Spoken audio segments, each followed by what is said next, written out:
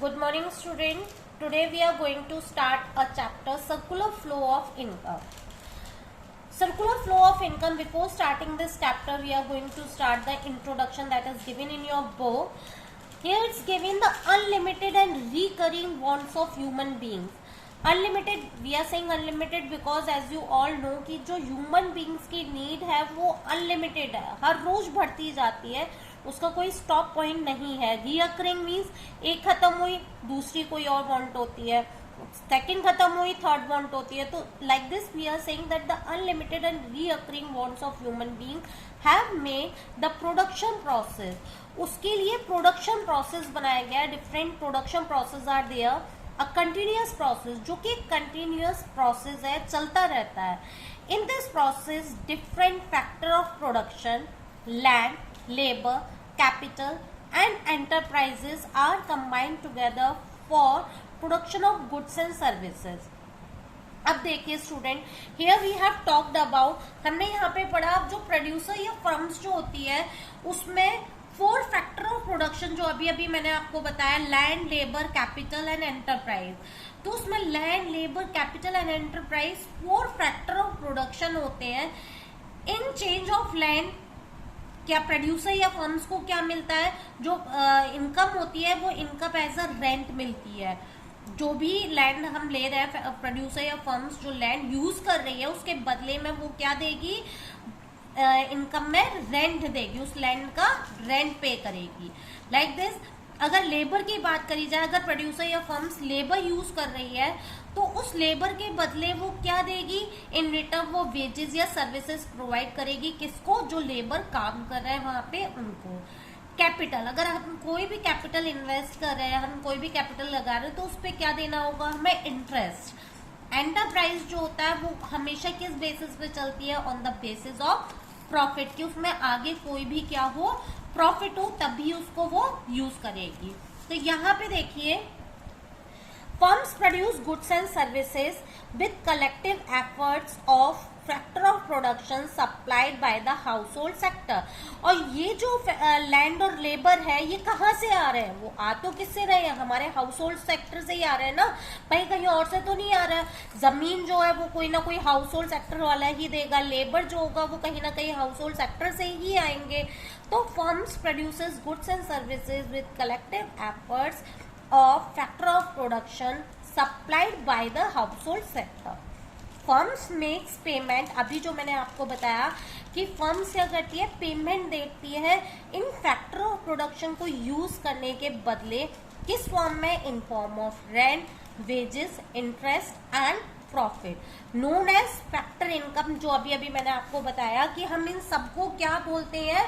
Factor of income बोलते हैं. Land, labour, capital and enterprises क्या है? That is a factor of production. और जो रेंट है, वेजेस एंड सर्विसेज है, इंटरेस्ट है, प्रॉफिट है, these are known as a factor of income. The household sector spends this money on purchase of goods and services. भाई अब किसी ने भी कोई भी इनकम कमाई, मतलब अभी अभी हम बोल रहे हैं that the factor of production जो है वो आपकी land, labour and capital and enterprise है. उसके बदले में उनको क्या मिल रही है? इनकम मिल रही है. वो किस फॉर्म में हो सकती है? It can be in form of rent also, it can be form of wages also, it can be in form of interest also, या प्रॉफिट के फॉर्म में मिल सकता है. लेकिन उस पैसे को रख के ये तो नहीं है कि उस पैसे का क्या करेंगे, रखेंगे तो है नहीं. They are having some needs, अपनी नीड्स के लिए तो हर कोई पैसा कमा रहा है. अब जो पैसा जो वो लोग कमा रहे हैं उसको कहीं ना कहीं वो एक्सपेंड भी करेंगे. किस में एक्सपेंड करेंगे? अभी अभी मैंने आपको बताया, the house hold sector spend this money on the purchase of goods and services. जो वो गुड्स एंड सर्विसेज खरीद रहे हैं उसी में इस फैक्टर ऑफ इनकम को क्या करेंगे? स्पेंड करेंगे. अपनी जरूरतों को, अपनी नीड्स को फुलफिल करने के लिए they will spend this factor of income produce by the firms. और ये किससे मिल रही है हमें? Goods and services. It is being, जो किससे मिल रहा है हमें? फर्म से ही मिल रहा है. तो लाइक दिस अगर हम देखें तो देखोगे आप, ये सर्कुलर फ्लो और इनकम जो बात करी जा रही है स्टूडेंट, वो दो ही कंपोनेंट्स के बीच की बात करी जा रही है. This two components are firms and house hold. ये 2 कंपोनेंट्स है, एक है फर्म और एक है हाउस होल्ड, जिसमें हम कहेंगे फर्म्स क्या करती है, फैक्टर ऑफ पेमेंट करती है, हमें पैसे देती है किसके लिए, जो भी वो हाउस होल्ड सेक्टर की चीजों को यूज कर रहा है, लैंड है, लेबर है, उसको जो यूज कर रहा है उसके लिए वो क्या कर रही है, फैक्टर ऑफ पेमेंट दे रही है। और बदले में हाउस होल्ड क्या कर रहा है, वही हाउस होल्ड के लिए वो फैक्टर ऑफ पेमेंट क्या बन जाता है, फैक्टर ऑफ इनकम बन जाता है। आगे आप पढ़ेंगे स्टूडेंट की जो ये फैक्टर ऑफ इनकम है, अगेन ये क्या करेगा, फर्म्स को अपनी गुड्स एंड सर्विसेज को खरीदने के लिए क्या करेगा, इसको पेमेंट करेगा। तो यहाँ पे फैक्टर ऑफ पेमेंट बन जाएगा और फर्म्स के लिए ये क्या बन जाएगा, फैक्टर ऑफ इनकम बन जाएगा। तो आगे जब आप पढ़ेंगे तो इसमें यही दे रखा है सर्कुलर फ्लो ऑफ इनकम, जो आप पढ़ेंगे meaning of circular flow of income. तो यहाँ पे फर्स्ट लाइन देखिए जो लिखी हुई है, it refers to the cycle of generation of income in the production process, मतलब कि जो प्रोडक्शन प्रोसेस में जो इनकम जनरेशन हो रही है, फिर उस इनकम जनरेशन के बाद में वो जनरेशन होकर के जनरेट होकर के वहीं रुकी तो नहीं रहेगी, उसका क्या होगा, डिस्ट्रीब्यूशन होगा। कहाँ डिस्ट्रीब्यूशन होगा, among the factor of production में होगा।